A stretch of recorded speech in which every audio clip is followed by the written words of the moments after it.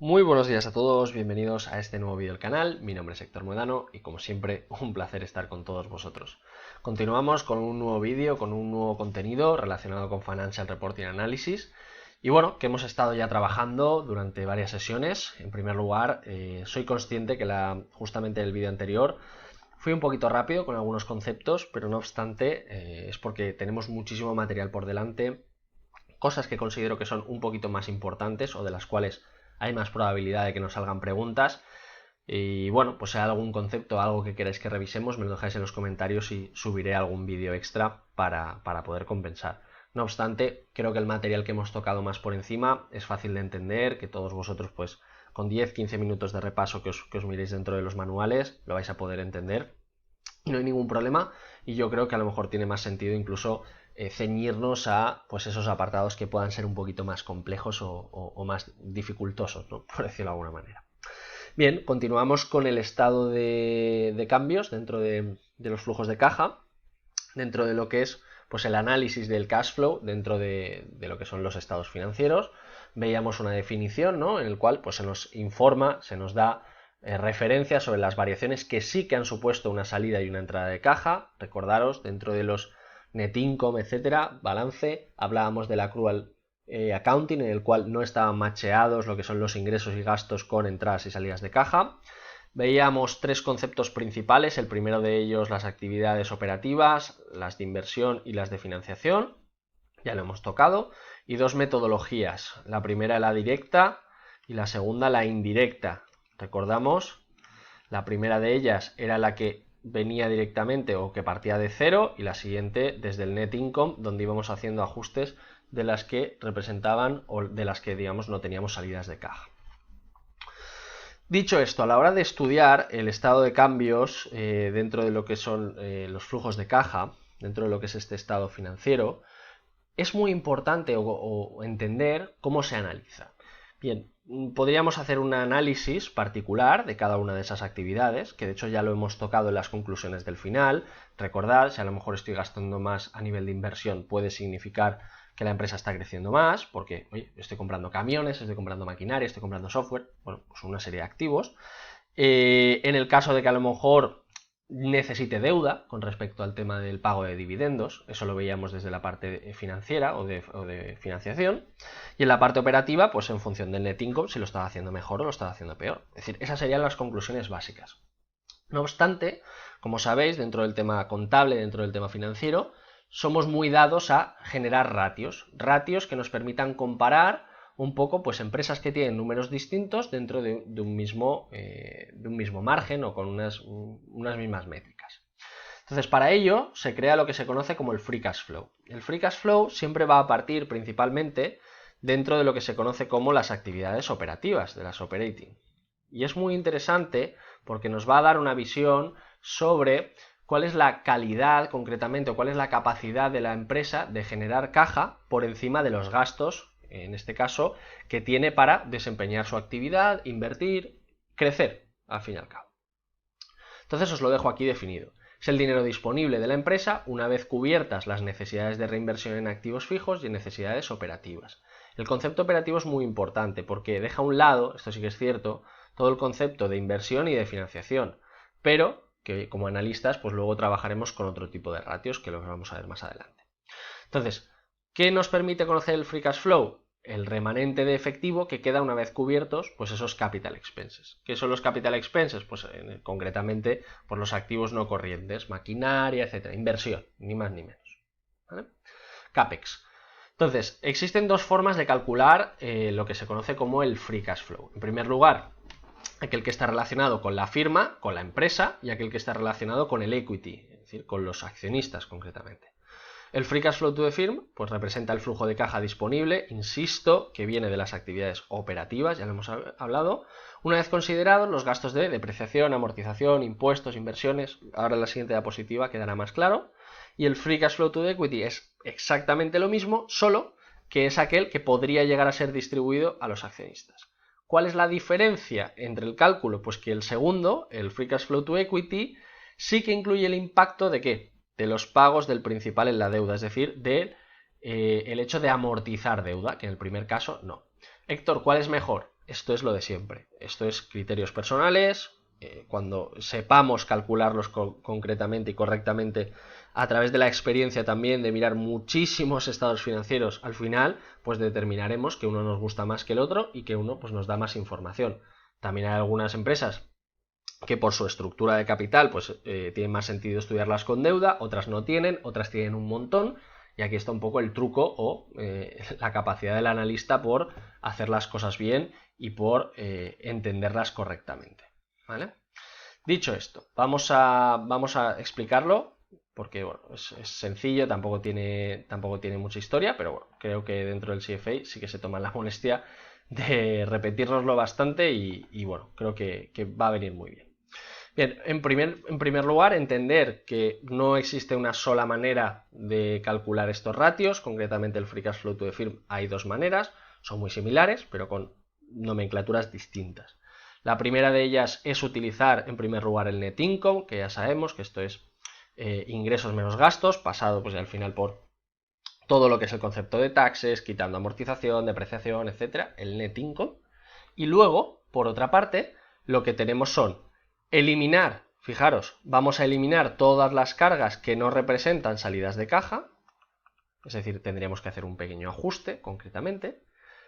Meteríamos los intereses concretamente de la deuda, multiplicados por 1 menos el tax rate, ¿vale? Es decir, vamos a quitar esa parte de intereses que sí que voy a, en este caso que sí que tengo que ajustar, y luego por último vamos a restar en primer lugar los long term investments, que pueden ser pues por ejemplo si tengo acciones, si tengo bonos, anualidades, si tengo no sé, activos inmobiliarios, esto representaría los long term investments, y por último vamos a eliminar también los gastos concretamente de ¿qué? De activos corrientes, ¿vale? Entonces, por ejemplo, puede ser que he ampliado los inventarios. Pues esto también iría aquí.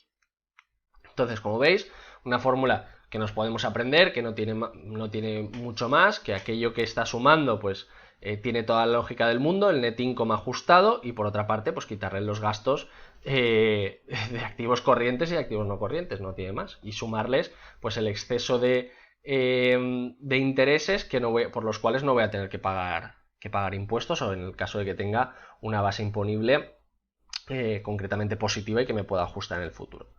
De la misma manera puedo calcularlo, fijaros, CFO, es decir, Cash Flow from Operations, esto viene a ser el net income menos los non-cash charges, es decir, es lo mismo, es como ya que nos den el ajustado. Recordad cómo lo podemos calcular por el direct method y por el indirecto, y aquí lo que nos lo están dando es un poquito más mascado. Aquí otro concepto distinto, en vez de trabajar solo con los intereses, pues nos dan los interest expenses. Como os he dicho, no existe una única forma de calcularlo. Y luego por último pues vamos a quitar los CAPEX, activos no corrientes, maquinaria, tal. Si os fijáis aquí, el concepto que estamos restando es algo distinto. No obstante, pues como os decía, por la estructura de la propia empresa quizá tiene más sentido darle más importancia a los activos no corrientes que a los corrientes. Esto, como os digo, no existe una ley universal que nos diga que este es mejor y que este es peor. En función de los datos que nos den el negocio, pues lo calcularemos de una manera o de otra.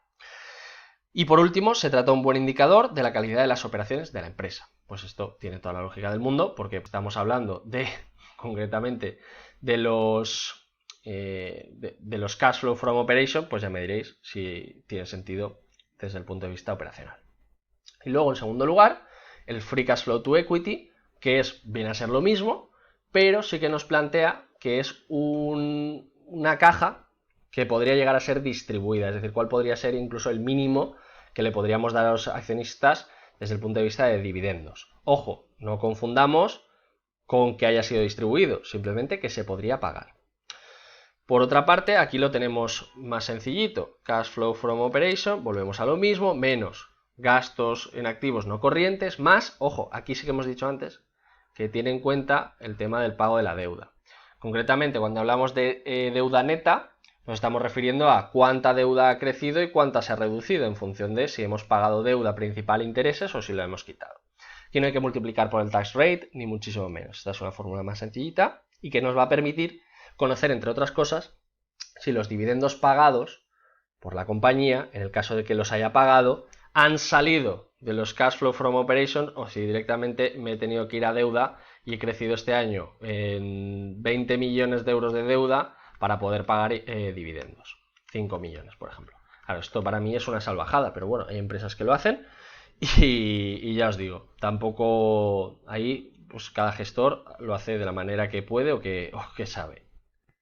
Y ahora, una vez entendido todo lo que es este ratio principal, como es el del free cash flow, nos vamos a centrar en uno nuevo o en el último, o en la última relación, que lo que hace es cubrir pues todos esos ratios principales que se suelen analizar desde un punto de vista más fundamental. Yo os he dejado varios con las fórmulas para que los podáis tener, le podéis sacar un pantallazo a esta diapositiva y que creo que viene muy bien. Por ejemplo, el cash flow to revenue, este que veis aquí, pues lo que mide es un poco el cash flow desde las actividades operativas frente a cada dólar de beneficio que estoy obteniendo.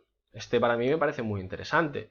Tenemos también el cash return on equity, pues lo mismo.